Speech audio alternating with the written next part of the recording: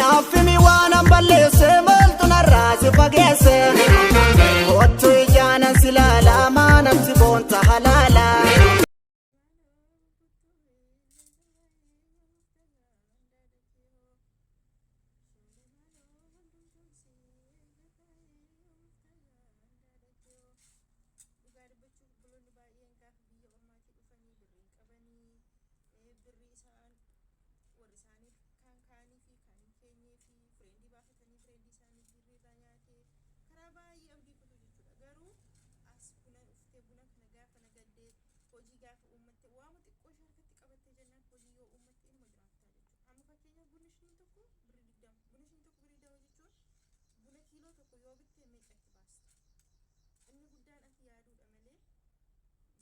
Garuu baay'een ijoollee keenya gaafa achi biyya alaa ta'anii nagaduu kana haala biraatti ilaalan. Haala biraatti fudhatanii nagaduu baqa nama rakkateetu nama homaa hin qabnetu waan nagaduutti fakkaataa jechuudha. Laakiin akkas miti. Waan barbaadde hojjette jennaan hojiidha. Mana ormaatiyyuu qodaa namaa miicaa, ija namaatiin garafamaa, yaada namaatiin garafamaa, otoo guyyaa tokko hin boqotiin waan barbaadde osoo hin argatiin hin jiraatu. Inni guddaan garuu ati hojii beeku. Ammas irra deebi'ee jira bunni shiniin tokko akka Itoophiyaatti meeqaan gurgurama? Buna kiiloo tokko bittee meeqatti baasti? Maallaqa xiqqoo yoo qabaatte sanumaan hojii uumtee jiraachuu dandeessa. Garuu ati nagaduu sana ammallee ilaalcha bira laattaa fi taanaan nagaduu sana nama rakkate qofaatu yookaan ammoo nama maallaqa hin qabne qofaatu nagada jettee yoo jiraatte yoo yaadde sun dogoggoraa jechuudha. Kanaafi nagaduu oddoon illaattii fi naa oddoo hin taane hin kenniifinaa jechuu barbaade. Walumaa gala anamma buna nagaduu jira baay'ee namatti tolaa jechuudha. Erga nagaduu jammarees immoo hamama irraa akka buufadhee anatu beekaa jechuudha. Qilleensa biyya abbaa keessa teessanii yoo baatan yoo galtan qilleensi biyya abbaa keessanii namni biyya abbaa keessaniitu isin ga'a. Kanaafi obboleeyyan baay'een ani maallaqa hin qabu warri kiyya maallaqa na jalaa fixanii fireendi kiyya maallaqa na jalaa balleessee jettanii hin yaadina. Waan xiqqoo isheetiin hojjechuu dandeessan. Garuu hojiin tokko ta'edha. Hojiin maaliyyuu yoo ta'e hojiidha. Mana ormaatii hojjechaa turre waan ta'eef jechuudha. Ooni nagaa rabbi. Nagaa olfee akkam jirtu? Mana obbo Toleeraan deemadhee mucayyoon isaanii biyya alaadhaa gartee jirti. Innaa ishii mana bunaa bantee jirti jedhan ishee biran dhaga'eetini mana isaanii wallaalee manni isaanii eessa dhalaata beektu? Baqa yoo beektan beekota gara mana isaanii nageessaa dhugaa waaqa kallattii mashiin natti hin ta'in dhufee daawwii galattee jirtedha. Lillatti macarraa biyya alaatiin dhufee mee haala jiruuf jireenya yookiin immoo akkaataa ittiin hojii galatanii isheerraa muuxannoo fudhadhareetanii gara mana ishee dhufe. Kallattumaan ol seenii erga biyya alaatii galee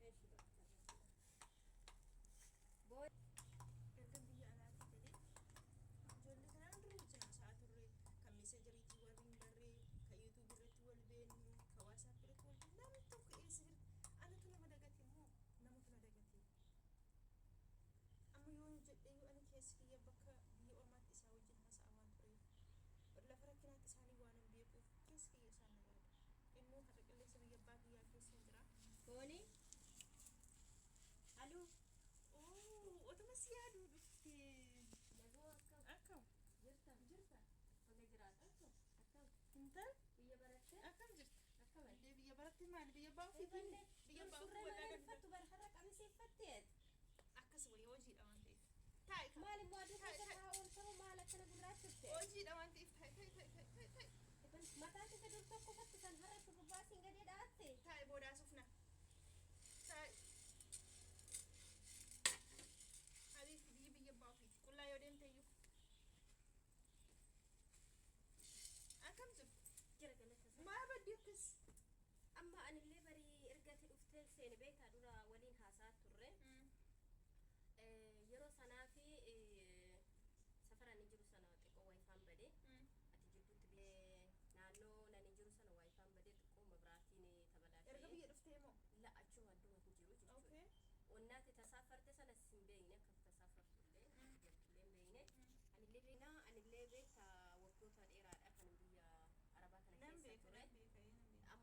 gaafan jedhu madaamin tiyya beektaa baay'ee na xamaddee turte. Madaamin kee tumattoomtuudha. Meeshaa nan bitadhennaani meeshaalli baqqaa naa bituu diddee gaafa kaanii wanta isheen goote beektaa bilbila koo 3 moo 4 qaburraa waayifaa kutte. Ciraashuma waayifaa narraa kutte bakka wantan godhu yoon dhabu daataa bitadhee on daataa guutullee inni immoo daqiiqaa hin turu irraa na jalaa dhumataa ture. Amma fedhii isheetiin dhufte moo ati barbaadde? Amma ishiin beektaa akkan galuu fedhan qabdu an akka galee biyya baadiyyaa keessatti hojjedhu kun akka kee kana mana bunaa banadhee bakka nan dadhabe beektaa hojiin biyya sanaa ni ulfaataa halkan boqonnaa hin qabdu guyyaa boqonnaa hin qabdu bakka hin beektaa. Waan tokko beekuu qabda maal beektaa mana bunaa kana dhaabbachuu fi biroo murteessuu qabda. Inni fakkeenyaa fi inni si beeku sitti waan ittiin haasa'uu danda'a. Inni sin beeknes inni gaariinis inni gaarii mitiinis inni karaarra teessa waan ta'eef jechuudha. Si galee ilaalcha badaa sana ilaalcha yaanii gadi aantummaa sana of keessaa baaftee nan hojjedha yoo of murteessite in hojjetta. Garuu immoo namoonni bakkee fakkeenyaa fi warra mana bunaatti akkas ta'anii warra mana bunaatti sigaraa dhugaa oolanii warra mana bunaa ta'anii warra firiisii warra maal jedhu.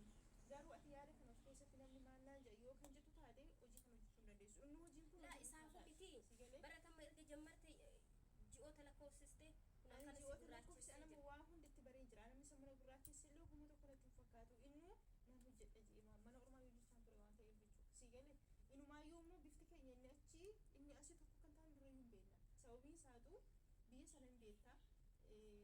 Haa ta'u biyya ormaa haa ta'u iyyuu malee qilleensi biyya kanaa qilleensi biyya sana tokko.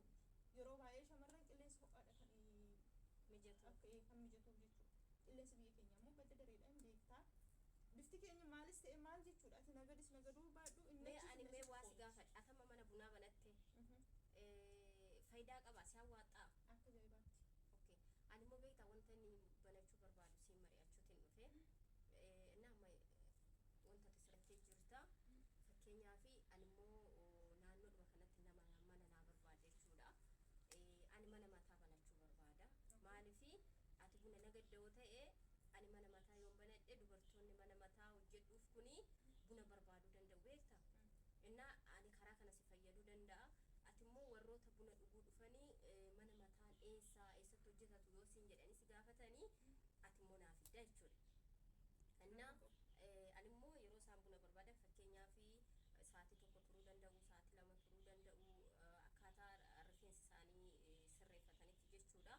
Innaa kanaafuu yeroo sanatti buna barbaadu yoo ta'e karaa kanatti wal gargaarra. Inni kun rakkoo qabu achirratti illee jechuudha fakkeenyaa fi baasii ati jalqaba baastee akka baaste sanaan si deebi'uu dhiisuu danda'a baasii jechuudha. Fakkeenyaaf waan tokko nuti gaafa biyya ormaa deemnee sanaan waan har'a fudhannee sanaan homaa tokko gochuu hin dandeenyu jechuudha. Jalqaba warra keenya gargaarraa achi obboleessa gargaaruutu jira ofillee deebisaniiti ani eessin jira jettee of yaadachuutu jira jechuudha. Kanaaf akkuma sana suuta malee har'a fakkeenyaaf meeshaa kana bittee ji'a kanatti maallaqa meeshaa kanaan deebisa yoo jette ammallee booda yaada biraa keessa galtee qodaa sana achitti dhiistee kisaaraa keessa galtee biyya ormaan deema jettee kan yaaddu yoo taate sitti ulfaata. Jalqaba of murteessitee mana kana banattee yoo kassartes yoo buufattes yeroo boodatti si fayyada waan ta'eef hojjechuu dandeessa. Garuu nan hojjedha lammaffaa biyya ormaatti hin deebi'u nagaa biyya ormaa jettee waadaa of isheen qabda jechuudha.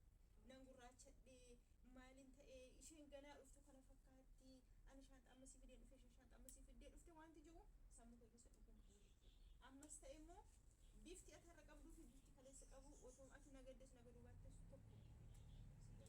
Tokko beektaa wanta siin jechuu barbaadu ni beektaa hadagaa baay'ee keessa darbeetiin jechuudha. Hadagaan as ta'e ni beektaa mana ijaaree akka manni kiyya narraa diigame ni beektu natti fakkaadhe. Innaa kanaafuu ani beektaa kanaan booda deebi'ee gara qoy kanarratti cufiin kaa. Innaa akkas ture anama mana mataa naannoo kanatti naa barbaadi ati xiqqoo narra dhuftee hin beekta waan ta'eef namoota illee kana waan xiqqoo beektuu fi immaan kiyyallee naa barbaadan jirti. Innaa baabaa kiyyatti illee himadhee hin jira jechuudha. Isaan illee naaf barbaadan jirani. Innaa ani immoo karaa keetti siqee hojjechuuti jechuudha kan barbaadu maaliifi ani fakkii goddanyaadha nama gaarii fi yaraa waliin dabarse waan ta'eefu atillee nan gattu anillee sin gattu walumaan deemna jechuudha. Innaa kanaafuu birrii nani walitti qabadhes birrii muraasa birrii duraa jechuudha. Birrii akkuma lafa bitee mana ijaaree birriin sun na harkaa dhumatee jira ergasii kan hin dalagee walitti qabadhee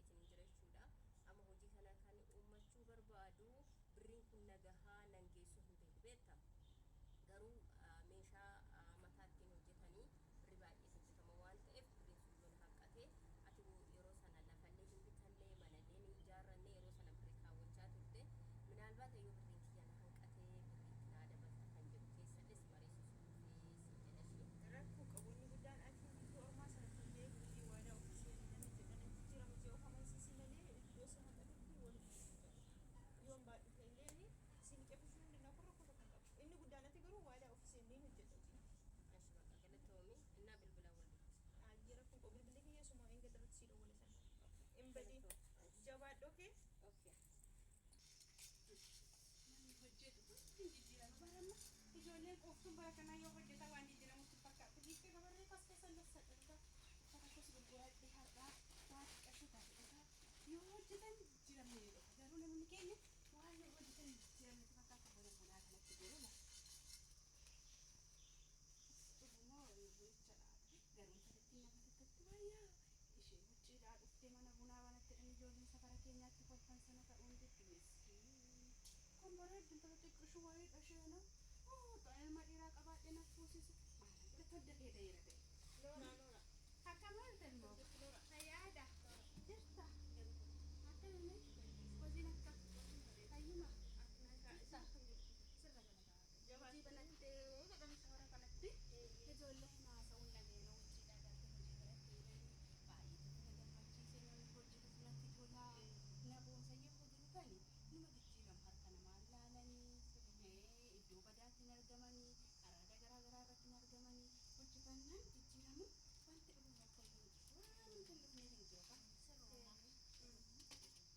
hin jiru kan maali waan sanbata dhamiti yeroo dhaadhii qabattee jirtu harka bareedda gash kasi kenaan talle oromoo hafuu beekti mee buni kanaati jirti nan deema nan ariifadhadha abdiin kutatiineeti jabaadhu waan naannoo kanaan biyoo rakkatti mana kosmala namni naannoo kana attan beektaa nama hojjetu hin jaalatu yoo gaarii gootellee gaarii siin hin jedhanii yoo tibaa toltellee gaarii siin hin jedhanii namni keenya waan hiliina nama buusu waan haamnee nama cabsu haasa'a malee maalessa waan nama jiisu tokko naasa'u.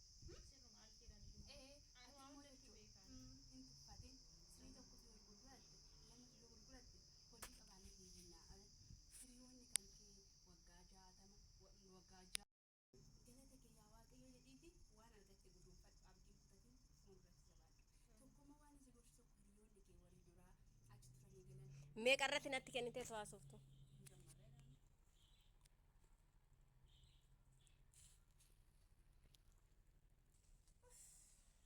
aduun bara kanaas nu gube gurguranne haadha koo gurguradhe yaa rabbi galata kee yaa gooftaa koo galata kee yaa abdaarii biyya kooti waan gurguranneetu jira inni taa'ee maal fide ammas qaqashee kanachuu maaliif duuriyyoonni baddee jirti har'a bilbila jedhu namarraa guuttatu uffata jedhu namarraa baafatu warqii jedhu mormarra nama kutatu waan hundumaa kana jirtu har'a namni namarraa fudhatu garuu shaanxaa ofii as keessa qabatanii yoo galanu as keessatti baattanii yoo deemanu nama arguun mee buna kan dhugumoo galma hoyi mucattiin baay'ee bareeddi hoyi mucaa ishee muciidhaa galtee mana bunaa banatti jedhee namni kolfa sana ta'uu jiddu hayi mucattii dhassaa akkamiin allaalagu gabarra mucii galan kanan bareedu hin diddiimatu fa'a hoyi bareeddoodha isheen dhuga dhaqeetti wachuma buna sinu tokko dhuguu qabu ija warra mana bareeddu akka maalte jirta fayyaada jirta buna ashabootti naa buustanmoo sukkaara sukkaara maali walitti hara sukkaara yoon bare boroo isaaf akka ollaa sukkaara kofitti bu'u galee daammoo sukkaara sirriyyuu midhatin sukkaara wanna qabsiisa yaaduma kwaasi gaafa ati ollaa kanatti miti kanatti mana bunaa jammarte mana bunaa banatti intili jette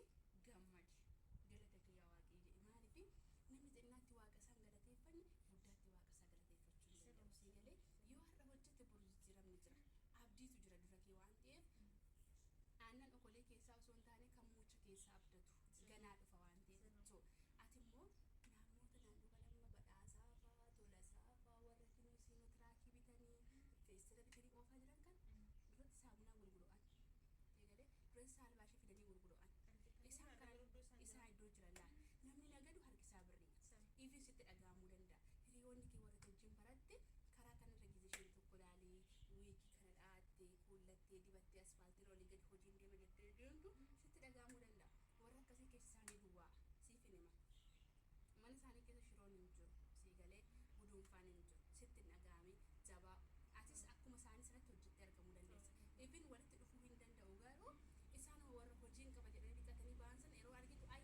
odoon baradhe ta'ee utuun biyya namaas deemuu baadhee ta'ee jetta garuu inni akkasiin jiru maaliif beektanii jalqaba murteessee deemu waan ta'eef fakkeenyaaf yeroo sana osoo barachuu danda'u osoo illee akkuma ammaa kana nagaruu danda'u garuu isa har'aa kana jijjiiramuun fida jeetiin deega waan ta'eef maaf hin baranne yeroo sana maaf hin heerumne wanti jedhamu ani hin dhagu maaliif of amansiiseen ba'e waan ta'eef jalqaba naalmoo koo amma riifadhaan dhangalaati kanuma sitti muufan dhufe jabaadhu abdii kutatiin hojjedhu kan hojjetan jijjiiramaa hiriyoota kee warra jiiranii